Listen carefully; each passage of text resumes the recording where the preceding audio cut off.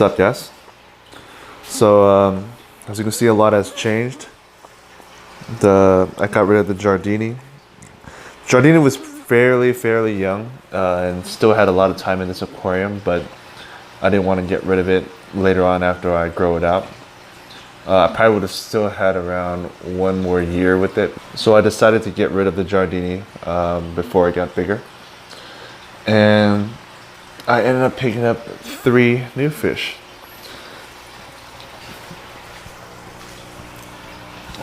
Picked up some polys. 2, 3.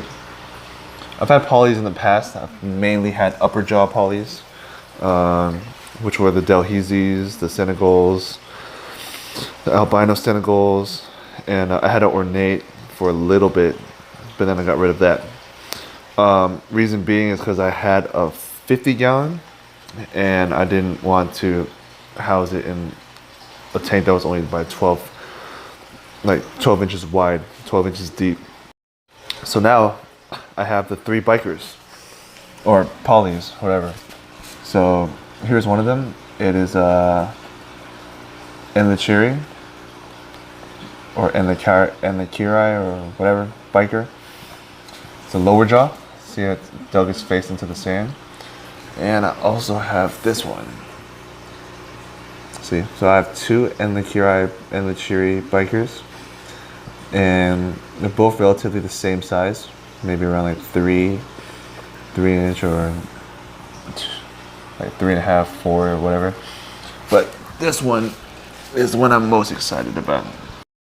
This one is my lap biker, my Lapradei or whatever, lower jaw. I've always wanted one of these.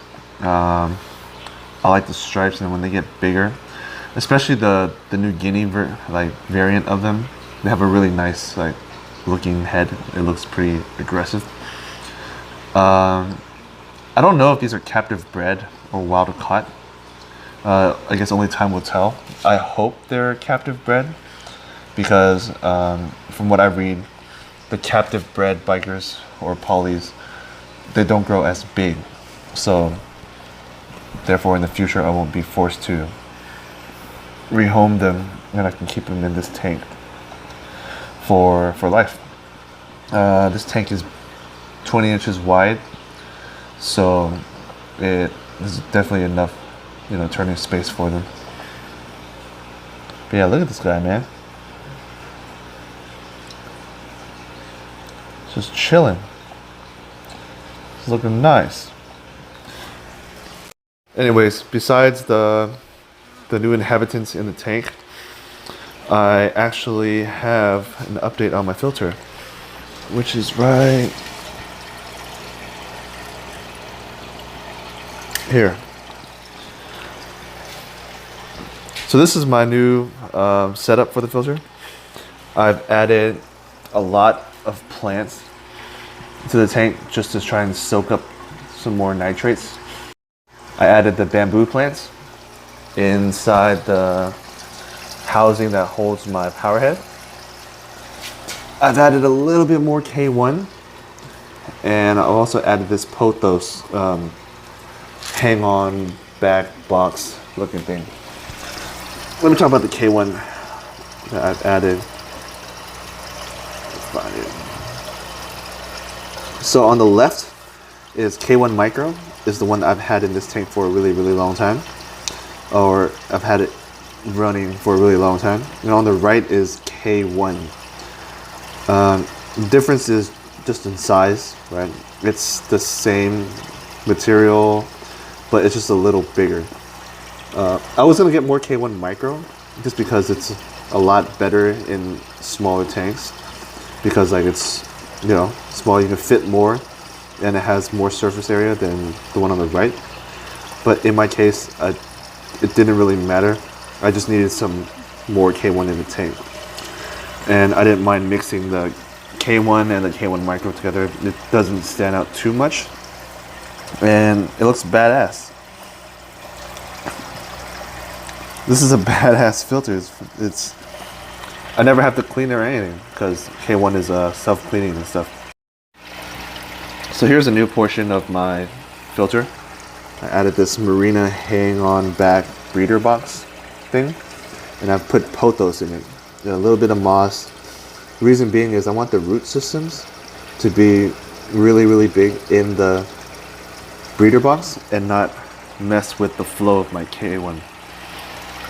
See, the flow is going in and it flows back out into the tank or into the sump.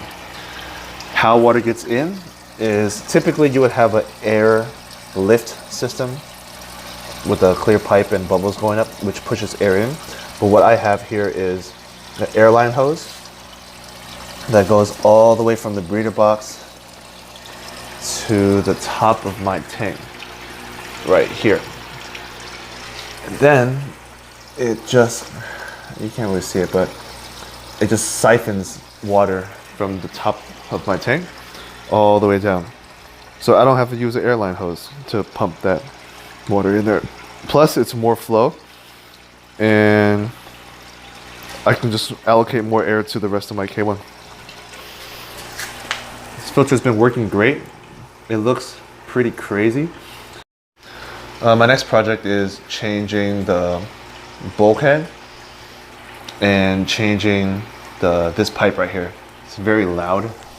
As you can see, it picks up a lot of audio. I'm trying to figure out how that would be a little bit more quiet. I read that people put a T, like a T right there, and have the flow coming up. So it sucks in air from there, but I don't know, that looks hella complicated and yeah. I don't know, I might look into that just because this filter is pretty loud, but as of right now, it's not that bad. I've also added this really, really big heater.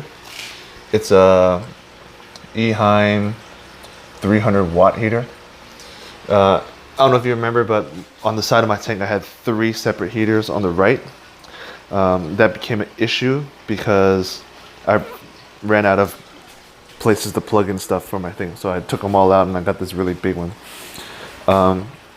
Being that it's a 300 watt, I'm unable to make it stand up straight because by the time it touches the floor of the tank, it's already poking up out of the top, which means water changes would suck. And I've also added a new strainer. Let's see. I made it out of a little basket that I've cut, and basically it will prevent all the polys from getting sucked inside. Hopefully, but when they get bigger, I'll just take it out and I'll put this lighting diffuser material on it. So yeah, so for right now, we're gonna document these guys, check out their growth rates. We're gonna see what I feed them, and yeah, just the progress of these 3. I might add more, but depending on how big they end up getting, I might just keep these 3, just because I don't want to overstock the tank. But as of right now, it's safe to say that they have hella room. Like, I kind of want to divide up half the tank just because they have too much room. The reason for me wanting to divide the tank in half is because I've noticed that throwing in food is really hard for them to actually find it. I'll throw it in here and it'll float all the way over here, and it'll take them so long to get to the pellet to the point where by the time they get there, it's already like disintegrated. So I don't know, we'll see. More projects coming soon. No decoration is going to be in this tank. From when I had bikers, they don't even need to hide. And then if there is decorations, they start claiming territories and they start fighting and all that. As for right now, they kind of keep their distance between each other, which is odd because my Polypterus in the past, they used to dogpile and hang out together and stuff. But these 3 are kind of separated. I don't know, we'll see. Tank mates coming soon, maybe. More bikers, maybe. Yeah, just depends. Depends on if the price is right, then I'll go ahead and buy some more. But in the meantime, these 3 amigos is the way to go, bro.